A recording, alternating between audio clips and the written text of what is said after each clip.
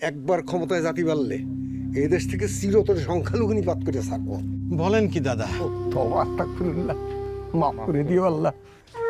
যদা যদা হি ধর্মস্য গ্লানির্ভবতি ভারত অভ্যুত্থানায় ধর্মস্য তদাত্মানং সৃজম্যহম পরিত্রাণায় সাধুনাম বিনাশায় চ দুষ্কৃতাম ধর্ম সংস্থাপনার্থায় সম্ভব আমি যুগে যুগে। বুঝলেন নিতাই দাদা, সব ধর্মেই শান্তি আর মানবতার কথা বলে। আমরা তো মনে করি রোজা আর পূজার মধ্যে কোনো পার্থক্য নাই, যেমন পার্থক্য নেই হিন্দু আর মুসলমানের মধ্যে। ঠিকই বলেছেন দাদা। ছোট ভাই হিসেবে একটু কথা বলি দাদা। বলুন। এর আগে যাদেরই আপনারা ভোট দিচ্ছেন তারাই ক্ষমতায় যেয়ে আপনাদের উপর অত্যাচার করছে। এবার আমাদের একটা সুযোগ দেন দাদা, কথা দিচ্ছি দাদা, একবার ক্ষমতায় জাতি বাড়লে এই দেশ থেকে চিরতরে সংখ্যালঘু নিপাত করে থাকবো। বলেন কি দাদা? সরি, সংখ্যালঘু নির্যাতন নিপাত করে থাকবো। দাদা, আমরা যদি ক্ষমতায় যেতে পারি আপনাদের গায়ে কেউ একটা ফুলের টোকাও দিতে পারবে না। আমাদের মার্কাটা একটু খেয়াল রাখেন দাদা, ভোটটা কিন্তু আমাদের এই মার্কাতে দিয়েন দাদা।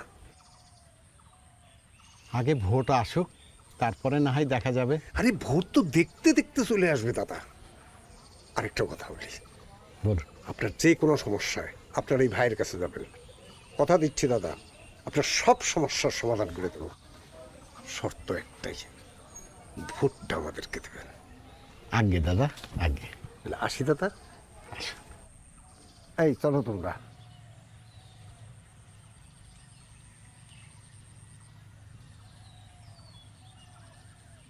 তওবা আস্তাগফিরুল্লাহ, মাফ করে দিও আল্লাহ। শোনো, রাজনীতি করতে গেলে যে কত কিছু করতে হয়, ওই মন্ত্র পড়া থেকে জুতো সেলাই সবই করা লাগে। চলো, পুরো এলাকা কভার করতে হবে।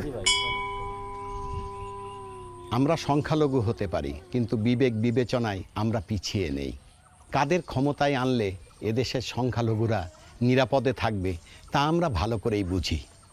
আমাদের ভোট আমরা একটি দেশপ্রেমিক ও যোগ্যতা সম্পন্ন দলকেই দিতে চাই, যারা এদেশের সকল নাগরিকের অধিকার রক্ষা করবে এবং একটি কল্যাণ রাষ্ট্র গড়ে তুলবে, যে রাষ্ট্রে সব ধর্ম, জাতি এবং শ্রেণীর মানুষ সমান অধিকার ভোগ করবে এবং মর্যাদা ভোগ করবে।